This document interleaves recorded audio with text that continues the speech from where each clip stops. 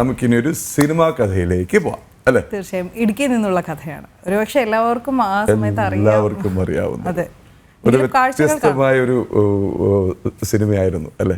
ഒരുപാട് പ്രത്യേകതകളും ഉണ്ടായിരുന്നു. ഈ പറഞ്ഞു വരുന്നത് ലൂസിഫർ സിനിമയെ കുറിച്ചാണ്. പൃഥ്വിരാജിന്റെ സംവിധാനത്തിൽ മോഹൻലാലിന്റെ ഒരു സ്റ്റാർഡം അങ്ങ് അറ്റം കണ്ട ഒരു സൂപ്പർ സ്റ്റാർ. അതെ അതെ, ശരി. എന്തായാലും ഒരു സിനിമയിലൂടെ തലവര മാറിയ ഒരു ദേവാലയ കാഴ്ചയിലേക്കാണ് നമ്മൾ എത്തുന്നത്. സിനിമ ഇറങ്ങിയതിന് ശേഷം ഈ ദേവാലയം കാണാൻ സഞ്ചാരികളുടെ പ്രവാഹമായിരുന്നു, ഒഴുക്കായിരുന്നു.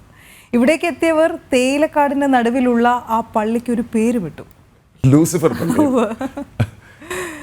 ഇന്ന് ആ സിനിമയുടെ രണ്ടാം ഭാഗമായ എമ്പുരാൻ അണിയറയിൽ ഒരുങ്ങുകയാണ്. അപ്പോൾ ഈ ലൂസിഫർ പള്ളി വീണ്ടും ചർച്ചയാവുന്നു. ആ പള്ളിയുടെ ഇന്നത്തെ കാഴ്ചകൾ ഒന്ന് കണ്ടുവരാം. ഈ പള്ളി വളരെ നിർണായകമായ ഒരു ലൊക്കേഷനാണ്. ആ പള്ളി പല നിർണായക വെളിപ്പെടുത്തലുകൾ നടക്കുന്ന ഒന്നിൽ ആ പള്ളിയിലാണ്, അല്ലെങ്കിൽ ആ സെമിത്തേരിയിലാണ്, അല്ലെങ്കിൽ പള്ളിക്ക് പുറത്താണ് ട്വിസ്റ്റുകൾ പലതും ഉണ്ടാകുന്നത്. സിനിമയിൽ ഫ്ലാഷ് ബാക്കിലെ പല അമ്പരപ്പിക്കുന്ന വിവരങ്ങളും പുറത്തു വരുന്നതൊക്കെ ഈ പള്ളി പശ്ചാത്തലത്തിലാണ്. എന്തായാലും കാണാം ലൂസിഫർ പള്ളി.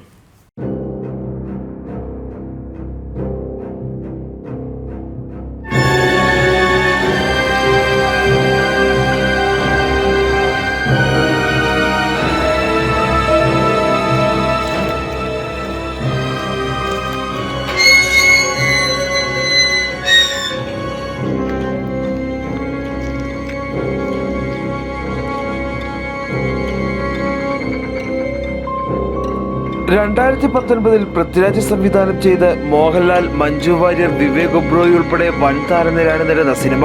ആ സിനിമയിലെ സുപ്രധാനമായ ഒരു ഭാഗം ചിത്രീകരിച്ചത് ഇവിടെയാണ്.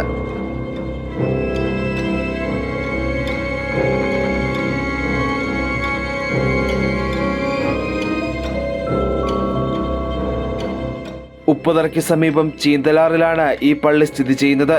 സിനിമയിൽ തകർന്ന ജീർണാവസ്ഥയിലായിരുന്ന ആ പള്ളി 5 വർഷത്തിനിപ്പുറം ഇങ്ങനെയാണ്.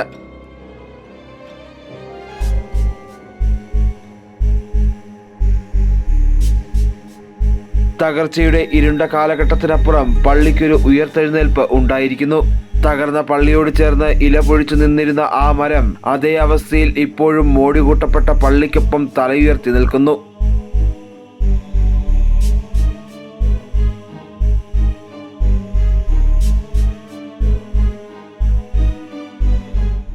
സെയിന്റ് ആൻഡ്രൂസ് എന്ന് നാമകരണം ചെയ്തിരിക്കുന്ന ഈ പള്ളി CSI സഭയുടെ കീഴിലാണ്. 1952 അസ്വിൻവാൾ കമ്പനിയുടെ ചുമതലക്കാരനായ JM വിൽക്കി എന്ന വിൽക്കി സാഹിബാണ് തോട്ടം തൊഴിലാളികൾക്കായി ഈ പള്ളി നിർമ്മിച്ചത്.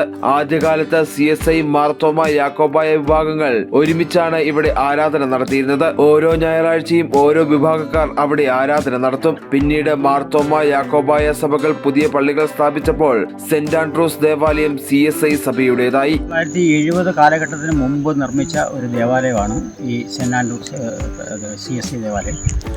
അതിൻ്റെ മുറ്റത്ത് ഉള്ള ഈ ചിത്രീകരണം നടക്കുമ്പോൾ ഒരു മരം ഉണ്ടായിരുന്നു, അത് വെൺതേക്കാണ്. ഏതാണ്ട് 72 കാലഘട്ടത്തിന് മുമ്പ് തന്നെയാണ് ആ വെൺതേക്ക് അല്ലെങ്കിൽ വെള്ളിലാവ് എന്ന് പറയുന്നത് അവിടെ നട്ടുപിടിപ്പിച്ചത്.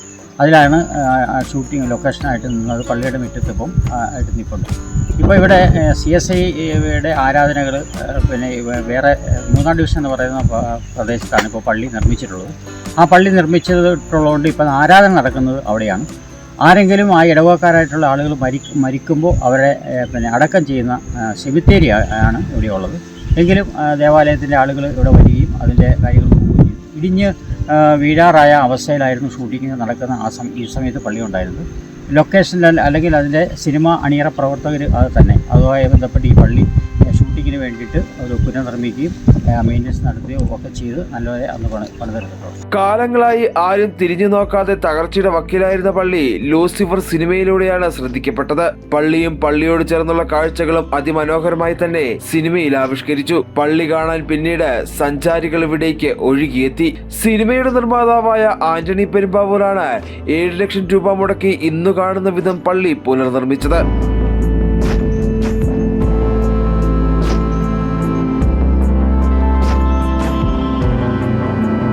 2 ആഴ്ച കൂടുമ്പോൾ ഇവിടെ ഇപ്പോൾ ആരാധനകൾ നടന്നു വരുന്നു. ലൂസിഫർ സിനിമയുടെ 2ാം ഭാഗമായി എമ്പുരാൻ എത്തുമ്പോൾ പള്ളിക്കൊരു സസ്പെൻസ് എൻട്രി ഉണ്ടാകുമോ എന്ന കൗതുകത്തിലാണ് ആളുകൾ. അതിനായി ഇനിയും കാത്തിരിക്കേണ്ടതായുണ്ട്.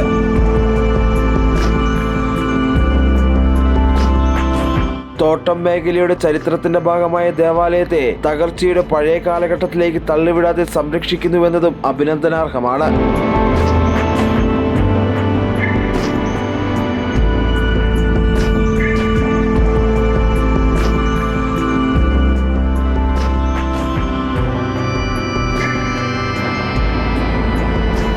മനോഹാരിതയൊട്ടും ചോരാത്ത ലൂസിഫർ പള്ളിയിൽ നിന്നും സുബിൻ തോമസ്, ജനം, ഇടുക്കി.